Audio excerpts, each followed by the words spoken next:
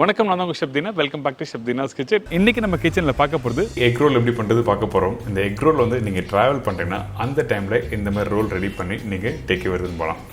அப்போ ஈஸியாக இருக்கும் சாப்பிட்றதுக்கும். ஒரு ரோல் போதும் ஒருத்தருக்கு, அந்தளவுக்கு சஃபிஷியன்ட் குவான்டிட்டி.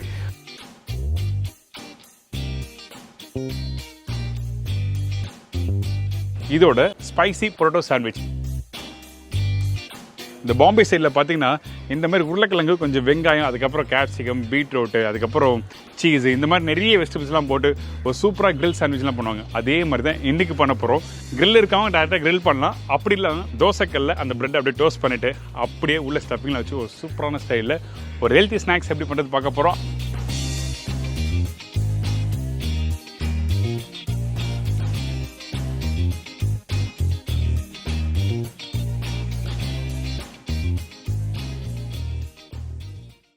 எக் ரோல் தேவையான பொருட்கள்: முட்டை 3 நம்பர், மைதா 1 கப்பு, பெல் பெப்பர் தேவையான அளவு, பர்பிள் கேபேஜ் தேவையான அளவு, வெங்காயம் தேவையான அளவு, நறுக்கிய கொத்தமல்லி 1 teaspoon, black pepper 3/4 teaspoon, mayonnaise தேவையான அளவு, டொமேட்டோ கெச்சப் தேவையான அளவு, சர்க்கரை 1/2 டீஸ்பூன், உப்பு தேவைக்கேற்ற, பட்டர் குக் பண்ணுறதுக்கு தேவையான அளவு. இதாங்க இந்த ப்ரிப்பரேஷன் தேவையான பொருட்கள்.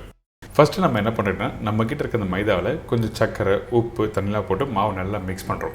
சப்பாத்தி, பரோட்டா எல்லாருக்கும் எப்படி மிக்ஸ் பண்ணணும் தெரியல, அதே மாதிரி பக்குவத்துக்கு மாவு நல்லா மிக்ஸ் பண்ணுறேங்க. அதனால் ஃபஸ்ட்டு உப்பு போட்டிருக்கேன், சர்க்கரை, தண்ணி தேவையான அளவுக்கு. சர்க்கரை எதுக்காக போகிறோன்னா, அந்த ஸ்மூத்தான ஒரு டேஸ்ட் கொடுக்கும், அந்த இனிப்பு தன்மை. அது மட்டும் இல்லை, கலர் நல்லா எடுத்து கொடுக்கும் குக் பண்ணுற டைமில். அதனால தான் சர்க்கரை இதில் ஆட் பண்ணுறோம். இப்போ மாவு நல்லா மிக்ஸ் பண்ணியிருக்கேன். ஒட்டாத பக்குவத்துக்கு கரெக்டாக மிக்ஸ் பண்ணி எடுத்துருங்க. எந்த அளவுக்கு மாவு நல்லா மிக்ஸ் பண்ணாலும் அந்த அளவுக்கு சாஃப்ட்னஸ் கொடுக்கும். அதனால தான் மாவு நல்லா மிக்ஸ் பண்ணுறோம். அதே டைமில் மாவு மிக்ஸ் பண்ணுற பக்கம் வந்து பல விதம் இருக்குது. நம்ம டேரெக்டாக டேபிள் வச்சு ரோல் பண்ணியிருப்பீங்க. இப்போ வந்து இந்த விரல் இருக்குது பார்த்தீங்களா, நம்மளோட விரலை வச்சு ஃபோல்ட் பண்ணுறோம். இந்த மாதிரி ஃபோல்ட் பண்ண கூட மாவு கரெக்டாக நல்லா மிக்ஸ் ஆகும். இப்போ ஓரளவுக்கு நல்லா மிக்ஸ் பண்ணி முடிச்ச பிறகு மாவு கரெக்டாக ஒரு 1 hour ரெஸ்ட் விட்டுருங்க. அதுக்கு முன்னாடி நம்ம என்ன பண்ணோம்னா, இந்த டோ வந்து ட்ரை ஆகாமல் இருக்கிறதுக்கு லைட்டாக ஆயில் அப்ளை பண்ணி ஒரு 1 hour ரெஸ்ட் விட்டுறோம். நடுவில் இந்த எக் பேட்டர் எப்படி ரெடி பண்ணுறது பார்ப்போம். நம்மக்கிட்ட இருக்க இந்த முட்டையை உடச்சி ஊற்றின பிறகு கொஞ்சம் உப்பு, கொத்தமல்லி, மிளகுத்தூள் இதெல்லாம் போட்டு முடித்த பிறகு நல்லா பீட் பண்ணுங்கள். இதில் வேறு ஏதாவது வெஜிடபிள்ஸ் போடலாமா அப்படின்னா கண்டிப்பாக போடலாம். உங்களுக்கு பிடிச்ச மாதிரி நீங்கள் வெங்காயம், தக்காளி இந்த மாதிரி ஆட் பண்ணிக்கலாம். சில பேர் சில்லி பவுடரும் போடுவாங்க. அந்த லோக்கல் ஸ்பைசி, அந்த காரமாக வேணும் அப்படின்னு நினச்சிங்கன்னா அந்த டைமில் நீங்கள் சில்லி பவுடர் யூஸ் பண்ணிக்கலாம். இதுக்கப்புறம் ஒரு சின்ன சாலட் மாதிரி ரெடி பண்ண போகிறோம்.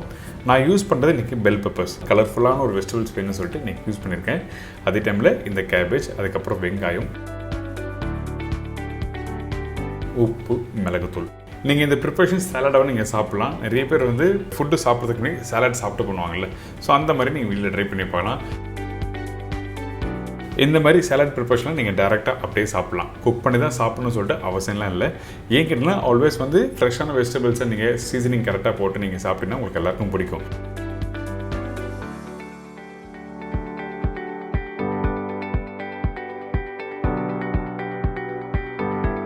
அடுத்தது நம்ம ஏற்கனவே ரெடி பண்ணி வச்சுருக்க இந்த மாவு பார்த்தீங்களா, நல்லா சாஃப்டாக இருக்குது. இப்போ கையை வச்சு நீங்கள் ப்ரெஸ் பண்ணால் பவுன்ஸ் ஆகணும். அந்த அளவுக்கு நல்லா ஊறி இருக்கணும். அப்போ தான் நல்லா வரும். இப்போது கொஞ்சம் லைட்டாக ஆயில் அப்ளை பண்ணிவிட்டு நம்ம என்ன பண்ணுறோன்னா, தேவையான அளவுக்கு பேடா மாதிரி ரெடி பண்ண போகிறோம். அதுக்கு முன்னாடி திருப்பியும் நல்லா மாலிஷ் பண்ணுறீங்க. எந்த அளவுக்கு சாஃப்டாக மாவை மிக்ஸ் பண்ணுறீங்களோ அந்த அளவுக்கு டோ வந்து நல்லா சாஃப்ட்னஸ் கொடுக்கும். நிறைய பேர் வீட்டில் வந்து மாவு மிக்ஸ் பண்ண உடனே பரோட்டா, சப்பாத்தி பண்ண சொல்லுவாங்க. ஆக்சுவலாக அப்படி பண்ணாதீங்க. நல்லா ஊறட்டும், அதுக்கப்புறம் எடுத்து யூஸ் பண்ணுங்கள்.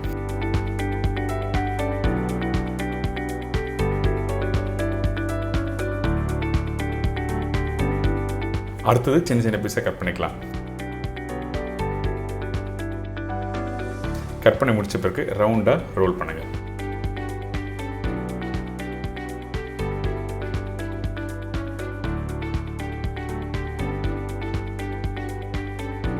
இதுக்கப்புறம் கொஞ்சம் லைட்டாக ஆயில் எடுத்து அப்ளை பண்ணிவிட்டு அதுக்கப்புறம் ரோல் பண்ண போகிறோம். எதுக்காக எண்ணெய் யூஸ் பண்ணுறேன்னா ஒட்டாமல் நல்லா நீட்டாக வரும். அதனால தான் வந்து எண்ணெய் யூஸ் பண்ணுறோம். இந்த பரோட்டா ப்ரிப்பரேஷன் நீங்கள் பண்ணும்போது எப்பவுமே ஆயில் அதிகமாக இருந்தால் உங்களுக்கு சாஃப்ட்னஸ் கொடுக்கும், அதே டைமில் ட்ரை ஆகாது. அதனால தான் ஆயில் அதிகமாக யூஸ் பண்ணுறோம். இப்போ ரோல் பண்ணிட்டு கார்னர் பகுதியை விரலை வச்சு நல்லா ப்ரெஸ் பண்ணுங்கள். இதுக்கு பிறகு நம்ம நல்லா வீச போகிறோம். இது எப்படி வீச போகிறோம் கேட்டிங்கன்னா, உங்களோட லெஃப்ட் ஹேண்ட் விரல் இருக்குது பார்த்தீங்களா, அந்த விரல் கீழ் பகுதியும் உங்கள் ரைட் ஹேண்ட் வந்து மேல் பகுதியில் இருக்கணும். இந்த மாதிரி கரெக்டாக வச்சு நீங்கள் வீசினீங்கன்னா கரெக்டாக வந்துடும். அதுக்கப்புறம் இந்த மாதிரி சுற்றி வச்சிடலாம்.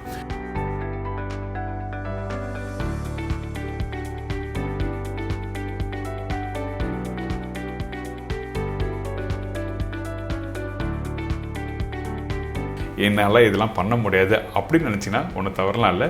நம்ம வீட்டில் இருக்க சப்பாத்தி கட்டி எடுத்து இந்த மாதிரி ரோல் பண்ணுங்கள்.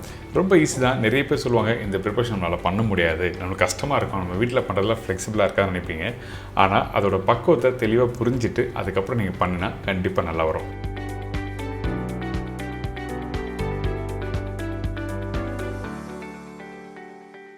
இந்த சப்பாத்தி கட்டையை வச்சு ரோல் பண்ணிவிட்டு அதுக்கப்புறம் நம்ம வீட்டில் துணி மடிப்பீங்கள்ல, இந்த சேரீ மடிப்பீங்க பார்த்தீங்களா, அந்த மாதிரி ஃபோல்ட் பண்ணுறேங்க. ஃபோல்ட் பண்ணினா இந்த மாதிரி ரவுண்டாக ஒரு ஷேப் வந்துடும்.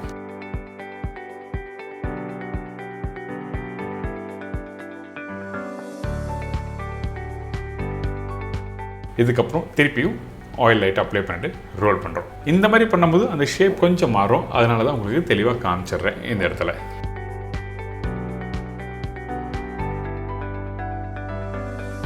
முக்கியமாக நீங்கள் ரோல் பண்ணும்போது அந்த கார்னர் பகுதியெலாம் ஒரே ஈவனாக ரோல் பண்ணிக்கணும். ஒரு சைடு பெருசாகவும் ஒரு சைடு சின்னதாகவும் வச்சு ரோல் பண்ணால் வேகாது, அதே டைமில் சாப்பிட்றதுக்கு நல்லா இருக்காது. அதனால தான் தெளிவாக ப்ராப்பராக ரோல் பண்ண சொல்கிறேன். இதுக்கப்புறம் நம்ம தோசைக்கல் இருக்குது பார்த்தீங்களா, இந்த தோசைக்கல் நல்லா சூடாக இருக்கணும். எப்போவுமே பரோட்டா மைதா பேஸ் பண்ணி பண்ணுற ப்ரிப்பரேஷன் எல்லாமே வந்து கல் சூடாக இருக்கணும். அப்போ தான் உங்களுக்கு நல்லா சாஃப்டாக வரும். இப்போ 2 சைட்லேயும் திருப்பி போட்டு குக் பண்ணுறோம். குக் பண்ணி எடுத்தா ஒரு சாஃப்டான பரோட்டா ரெடி.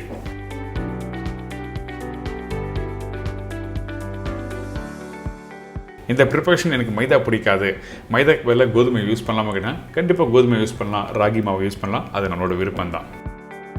பார்த்தீங்களா, ரெடி ஆகிடுச்சு. கல் சூடாக இருக்கணும், அப்போ தான் சாஃப்டாக கிடைக்கும். அதனால தான் தெளிவாக உங்களுக்கு சொல்கிறேன். இதுக்கு பிறகு ஏற்கனவே ரெடி பண்ணி வச்சுருக்கேன் அந்த முட்டையை தோசைக்கல்லில் ஆம்லேட் எப்படி போடுவீங்க அதே மாதிரி போடுறேன்.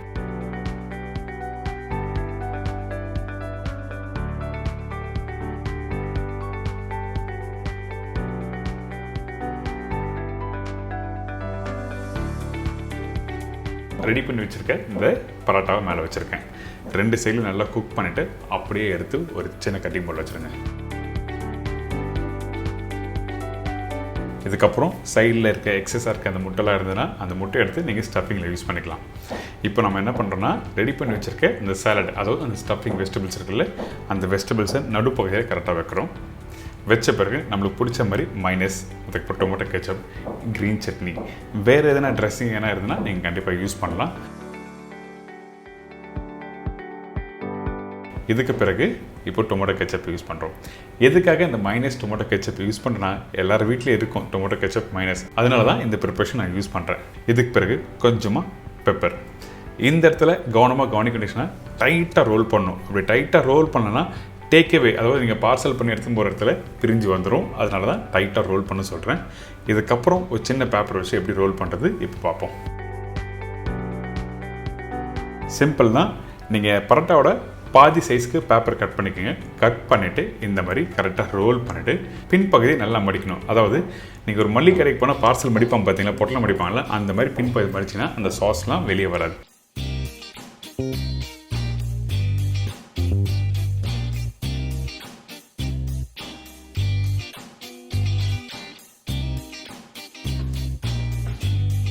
இது தொடர்ந்து spicy parotta sandwich. Wheat bread 6 number, உருளைக்கிழங்கு 3 நம்பர், பச்சை மிளகாய் 3லேருந்து 4 நம்பர், இஞ்சி சின்ன துண்டு, பெரிய வெங்காயம் 1.5 நம்பர், கொத்தமல்லி 1 கைப்பிடி, புதினா 1/2 கைப்பிடி, சீரகம் powder 1/4 teaspoon, pepper powder 1/4 teaspoon, உப்பு தேவையான அளவு, பட்டர் குக் பண்ணுறதுக்கு தேவையான அளவு, சில்லி பவுடர் 1/2 டீஸ்பூன். இதாங்க இந்த ப்ரிப்பரேஷன் தேவையான பொருட்கள். இப்போது இந்த பாம்பே சாண்ட்விச் சொன்ன பார்த்தீங்களா, நம்ம வீட்டில் உருளைக்கிழங்கு இருக்கும். இந்த உருளைக்கிழங்கில் கொஞ்சம் லைட்டாக ஸ்பைசஸ்லாம் போட்டு நல்லா மிக்ஸ் பண்ணிவிட்டு அதுக்கப்புறம் வந்து இந்த ப்ரிப்பரேஷன் ஸ்டார்ட் பண்ண போகிறோம். அதனால் வேக வச்ச இந்த உருளைக்கிழங்கை தோலை நல்லா சீவிட்டு அதுக்கு பிறகு நம்ம என்ன பண்ணுறோம், கையிலையும் நல்லா மேஷ் பண்ணுங்கள். மேஷ் பண்ணால் ரொம்ப மேஷ் பண்ண வேண்டாம், கொஞ்சம் ஒன்றும் பாதிய அளவுக்கு நீங்கள் மேஷ் பண்ணி எடுத்துருங்க.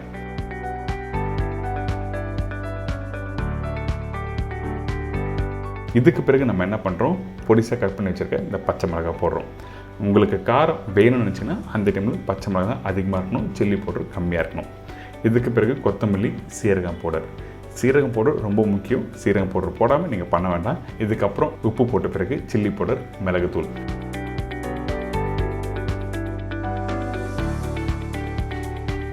இதெல்லாம் போட்ட பிறகு நல்லா மிக்ஸ் பண்ணுங்கள்.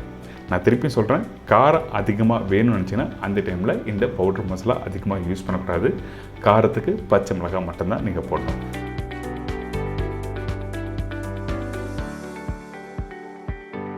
இப்போ நல்லா மிக்ஸ் பண்ணி எடுத்தாச்சு. இதுக்கப்புறம் பொடிசாக கட் பண்ணி வச்சுருக்க வெங்காயம் கட் பண்ணும்போது ஃபைன் சாப் வேண்டாம், கொஞ்சம் பெருசாக கட் பண்ணி இதில் போட்டு நல்லா மிக்ஸ் பண்ணுங்கள். ஏன் கேட்டிங்கன்னா அந்த உருளைக்கிழங்கு ஸ்டஃபிங் வந்து இந்த ப்ரெட்டில் வச்சு டோஸ்ட் பண்ணி சாப்பிடும்போது அந்த ஆனியனோட சாப்பிடும்போது நல்லா க்ரன்ச்சியாக இருக்கும். அதனால தான் இந்த வெங்காயத்தை கொஞ்சம் பெருசாக கட் பண்ண சொல்கிறேன். இதுக்கப்புறம் இந்த கொத்தமல்லி புதினா பேஸ்ட்டை அரைக்க போகிறோம், அதாவது க்ரீன் சட்னி. கொத்தமல்லி ஒரு கைப்பிடி போடுறீங்கன்னா அரை கைப்பிடிக்கு கொஞ்சம் கம்மியாக புதினா போடலாம். அதுக்கப்புறம் காரத்துக்கு ஏற்ற மாதிரி பச்சை மிளகாய், இஞ்சி. சில பேர் பூண்டு போடுவாங்க, வேணும்னா நீங்கள் ஆட் பண்ணிக்கலாம், ஒன்றும் தவறு எதுவும் இல்லை. ஆனால் காரத்தோட தன்மையை செக் பண்ணிவிட்டு அதுக்கப்புறம் அடுத்த ஸ்டேஜ் போங்க. காரம் இல்லைன்னா கண்டிப்பாக இந்த சாண்ட்விச் சாப்பிட்றதுக்கு நல்லா இருக்காது இந்த சட்னி. அதே மாதிரி தேவையானது கொஞ்சமாக தண்ணி ஊற்றி நல்லா அரைச்சிருங்க. ஃபைன் பேஸ்ட்டாக இருக்கணும், அதே மாதிரி நல்லா திக்காக இருக்கணும்.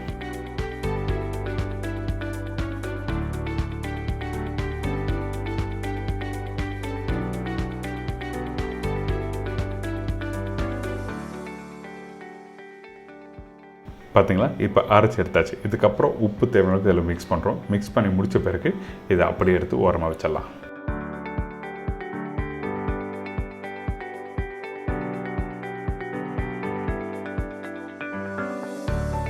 அடுத்தது இந்த சாண்ட்விச் எப்படி ரெடி பண்ணுறது பார்க்க போகிறோம்.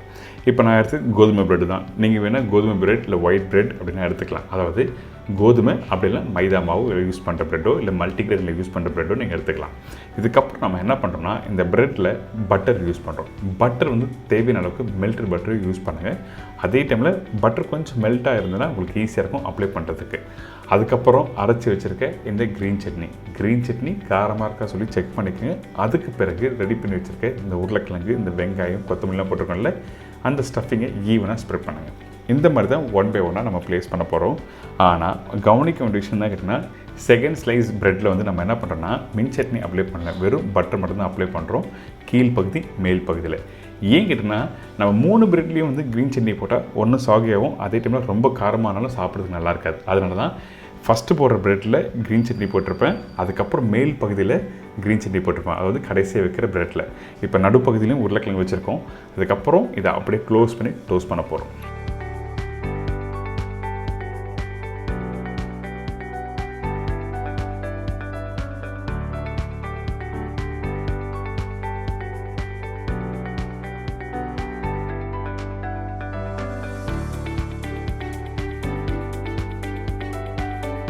அவ்வளோதான். ரொம்ப சிம்பிளான ஸ்டைலில் சொல்லி கொடுத்துருக்கேன், கண்டிப்பாக ட்ரை பண்ணி பாருங்கள். இது இல்லாமல் இன்னும் நிறைய ஸ்டஃபிங் வைக்கலாம். ஃபஸ்ட் நம்ம என்ன பண்ணுறோம்னா, இப்போ இந்த தோசைக்கல் இருக்குல்ல, இந்த தோசைக்கல் நல்லா சூடாக இருக்கணும். அதுக்கப்புறம் பட்டர் ப்ளேஸ் பண்ணுறோம். கல் ரொம்ப சூடாக இருந்ததுன்னா கண்டிப்பாக தெரிஞ்சு போடும். அதனால் கரெக்டான டெம்பரேச்சரில் இந்த பட்டர் போடுங்க.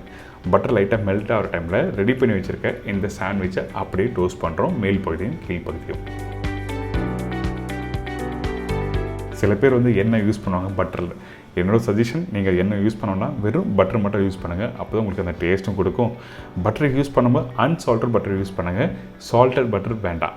ஏன் கேட்டோன்னா, நம்ம ஆல்ரெடி உப்பெல்லாம் போட்டிருப்போம் இந்த ஸ்டஃபிங்கில். அதுக்கு பிறகு இந்த பட்டர்லேயும் சால்ட் இருந்ததுன்னா கண்டிப்பாக சாப்பிடும்போது உப்பு தன்மை அதிகமாக இருக்கும். அதனால் அன்சால்ட்டட் பட்டர் யூஸ் பண்ணுங்க சொல்கிறேன். இதே மாதிரி தான் நீங்கள் உங்களுக்கு பிடிச்ச மாதிரி ஸ்டஃபிங் வைக்கலாம். நான் வெறும் உருளைக்கிழங்கு தான் வச்சுருக்கேன். உங்களுக்கு பிடிச்சா நீங்கள் வெள்ளரிக்காய், தக்காளி, வெங்காயம், ஜர்க்கின்ஸ், ஆலிவ்ஸ் இந்த மாதிரி ஸ்டஃபிங்லாம் வைக்கலாம். இன்றைக்கி நம்ம ஸ்ட்ரீட் ஃபுட்டில் பண்ணுறதுனால தான் இந்த மாதிரி வெறும் பேசிக்காக நம்ம வீட்டில் இருக்க வெஜிடபிள்ஸை வச்சு ஒரு ஈஸியான ஸ்டைலில் ஒரு காரமான ஒரு சாண்ட்விச், அதாவது ஸ்பைசியான உருளைக்கிழங்கு சாண்ட்விச் எப்படி பண்ணுறதுன்னு பார்த்துருக்கோம்.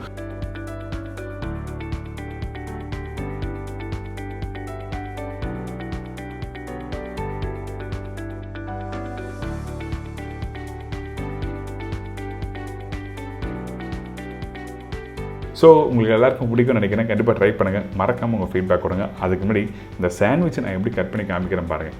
கட் பண்ணும்போது கத்தி நல்லா ஷார்ப்பாக இருக்கணும். ஏன் கேட்டிங்கன்னா கத்தியில் நீங்கள் கட் பண்ணும்போது உள்ளே இருக்க ஸ்டஃபிங் வந்து வெளியே வரதுக்கு வாய்ப்பு இருக்குது. அதனால் பிரெட் நைஃப் யூஸ் பண்ண சொல்கிறேன். இன்றைக்கி நம்ம சேனலில் இன்றைக்கி ஒரு சூப்பரான ஸ்பைசியான பொட்டேட்டோ சாண்ட்விச் எப்படி பண்ணுறது சொல்லி கொடுத்துருக்கேன்.